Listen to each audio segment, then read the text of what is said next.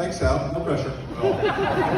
But the thing that I did take from that was he read his speech. So if he can read it, hell, I can read it. So in the words of Ryan Seacrest from American Idol, Kieran, dim the lights.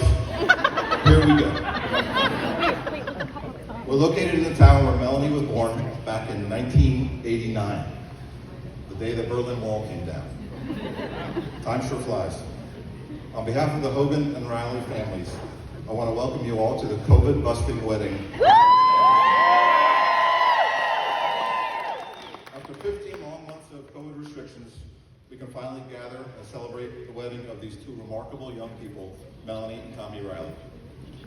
But first, I want to say a few words about a huge loss we sustained last month when Tommy's dad, Tom Riley III, passed away from a long battle with cancer. For those of you who unfortunately didn't get the chance to meet him, Tom was just about the nicest guy in the world. He made you feel like a longtime friend, the first time you met him. He had, as we Irish say, the gift of the gab. For you young folks, that means he loved to chat, he could do it very well, and for a long time without even taking a breath. So let this be a celebration tonight of Mel and Tommy's union, but also a celebration of Big Tom's life. But for he and Faith, we wouldn't have Tommy, and therefore we all wouldn't be here tonight. And with all his heart, Tom would want us to have the best time ever on this day. And I, for one, will commit to fulfill that wish. Let's raise your glasses if you have them. To Tom Riley and a life well lived.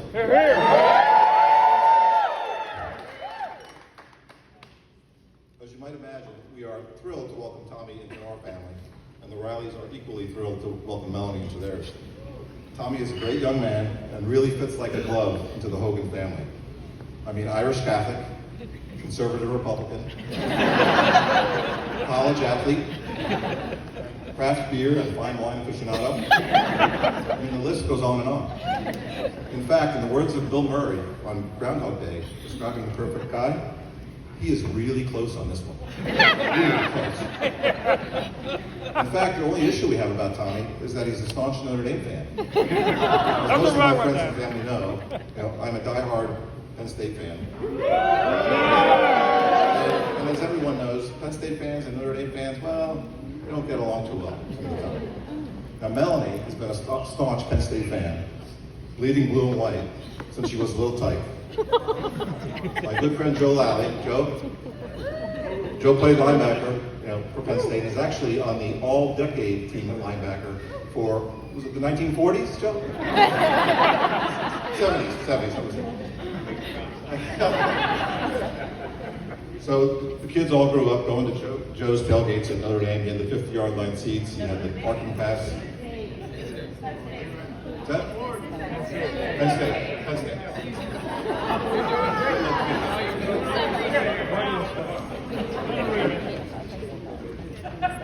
Then I'm turning the page. So Melanie was a frequent visitor to Joe's tailgates growing up.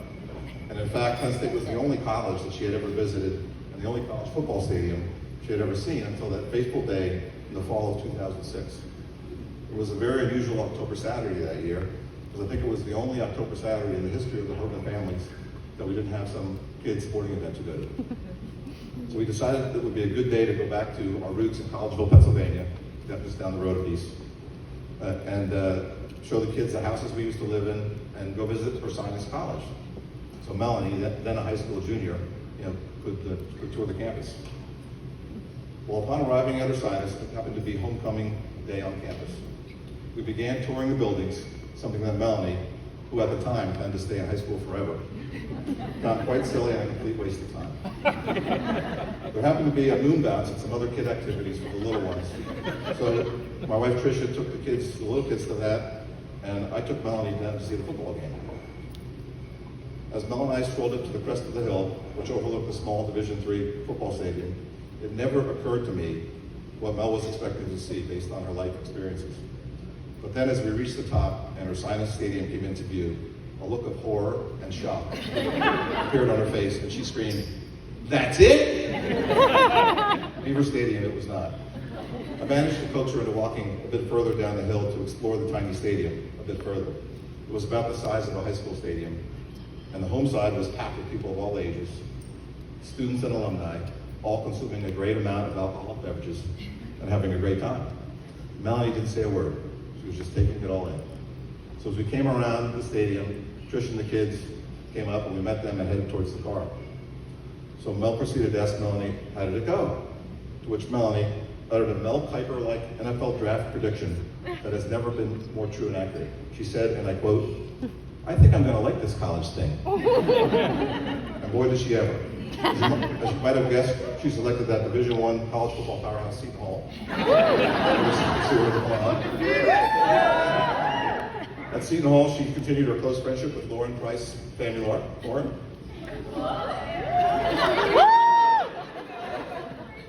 One of the several Pole 6 high school classmates who also became Seton Hall Pirates.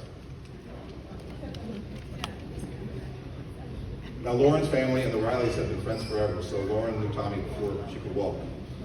And you would think that during the 8 years they went to high school and college together, that Lauren would introduce Tommy to Mel, right? Yeah.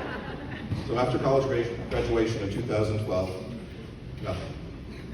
So then in 2013, nothing. But then in 2014, no. 2015, no. Finally, in 2016, it occurred to Lauren that introducing Melanie to Tommy would be a great idea, and history was born. So getting back full circle to where I started, the Notre Dame Penn State thing, I've been through this battle before. My dad and my brother are diehard Notre Dame fans, and I can tell you from experience, it's a tough situation. But I only have one thing to say about it on my beautiful daughter's wedding day. This one's for you, Big Tom. Cheer, cheer for old Notre Dame. Wake up the echoes cheering her name. Send a volley cheer on high. Shake down the thunder from the sky. What though the odds be great or small, old Notre Dame will win overall. While you loyal sons are marching onward to victory.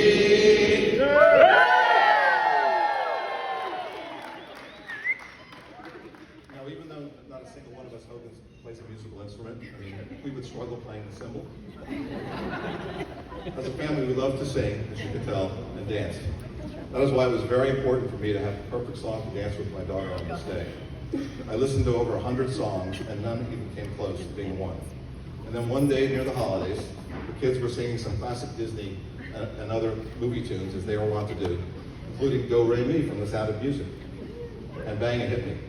What more perfect song than the song Captain Von Trapp sang with his oldest daughter to bring music back into their house after a long absence. Edelweiss. And as I went through the lyrics, I was amazed at how perfect it was. We're passing around a stack of postcards, so some of you may have the words with you. When you think about the dance with your daughter, you think about two periods in their life. When they're a beautiful young little girl and when they're a beautiful bride. You kind of throw out all those wild and crazy comments. This song has two parts, the beginning, which fits those early years, and the end, which is more present day and serves as a great toast. The song begins, Edelweiss, Edelweiss, every morning you greet me. Melanie, you have always loved every bit of life, and I miss those mornings when you always greeted us with excitement about what lied ahead each day.